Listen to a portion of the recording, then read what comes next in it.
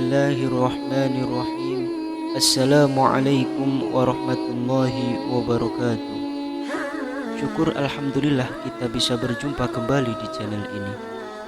Salawat dan salam semoga tetap tercurahkan kepada junjungan kita, yakni Nabi besar Muhammad sallallahu alaihi wasallam. Allahumma sholli ala sayyidina Muhammad wa ala ali sayyidina Muhammad. Harapan dan doaku semoga saudara-saudaraku selalu diberi kesehatan, dipanjangkan umurnya, dilapangkan rezekinya, dan diampuni dosanya. Amin ya rabbal alamin. Sahabat yang beriman yang dirahmati Allah, banyak sekali ragam tradisi yang berhubungan dengan ziarah kubur. Mulai dari mengaji Al-Quran, tahlil, yasinan, hingga menyirami pusara dengan air. Tentang dasar hukum, berbagai tradisi tersebut telah sering disebutkan dalam rubrik ubudiyah. Kali ini redaksi akan menerangkan dasar hukum menyiram hukum kuburan dengan air dingin ataupun air wewangian. Imam Nawawi Al-Bantani dalam kitab Nihayatuz Zain menerangkan bahwa hukum menyiram kuburan dengan air dingin adalah sunnah. Tindakan ini merupakan sebuah pengharapan tafaul agar kondisi mereka dalam kuburan tetap dingin. Dalam sebuah kitab yang artinya disunahkan untuk menyirami kuburan dengan air yang dingin.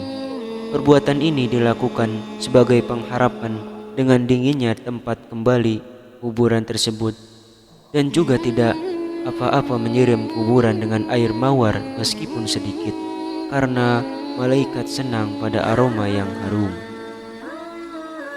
Begitu pula yang termaktub dalam Hasyiah Al-Bajuri, disunahkan menyiram kubur dengan air, terutama air dingin, sebagaimana pernah dilakukan Rasulullah SAW terhadap pusara anaknya, yakni Ibrahim.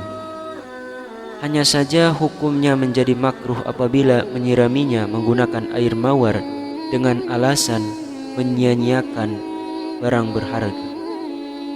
Meski demikian, menurut Imam Subki, tidak mengapa kalau memang penyiraman air mawar itu mengharapkan kehadiran malaikat yang menyukai bau wangi. Hal ini sebenarnya pernah pula dilakukan oleh Rasulullah SAW, yang artinya sesungguhnya Nabi Muhammad SAW menyiram air di atas kuburan Ibrahim, anaknya, dan meletakkan kerikil di atasnya.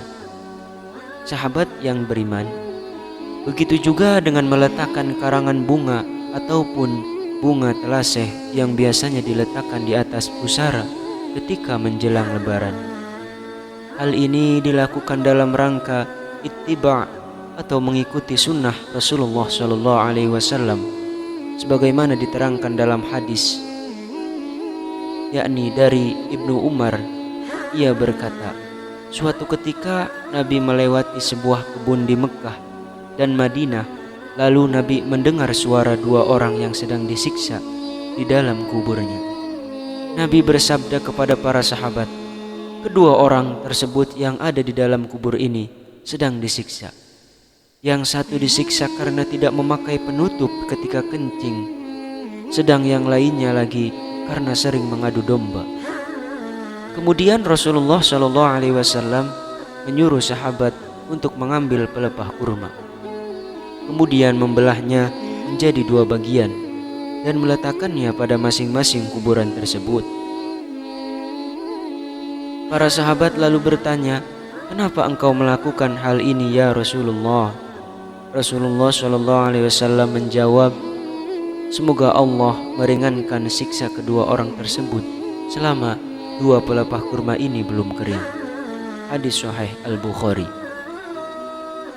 Lebih ditegaskan lagi dalam I'anah Talibin, disunahkan meletakkan pelepah kurma yang masih hijau di atas kuburan, karena hal ini adalah sunnah Nabi Muhammad SAW dan dapat meringankan beban si mayat karena barokahnya bacaan tasbihnya bunga yang ditaburkan dalam hal ini disamakan dengan bagaimana adat kebiasaan, yaitu menaburi bunga yang harum dan basah atau yang masih segar.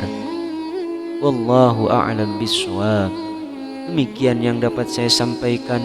Semoga bermanfaat untuk kalian semua dan bisa menjadi wasilah kepada kalian untuk selalu menziarahi makam kedua orang tua kalian dan keluarga kalian.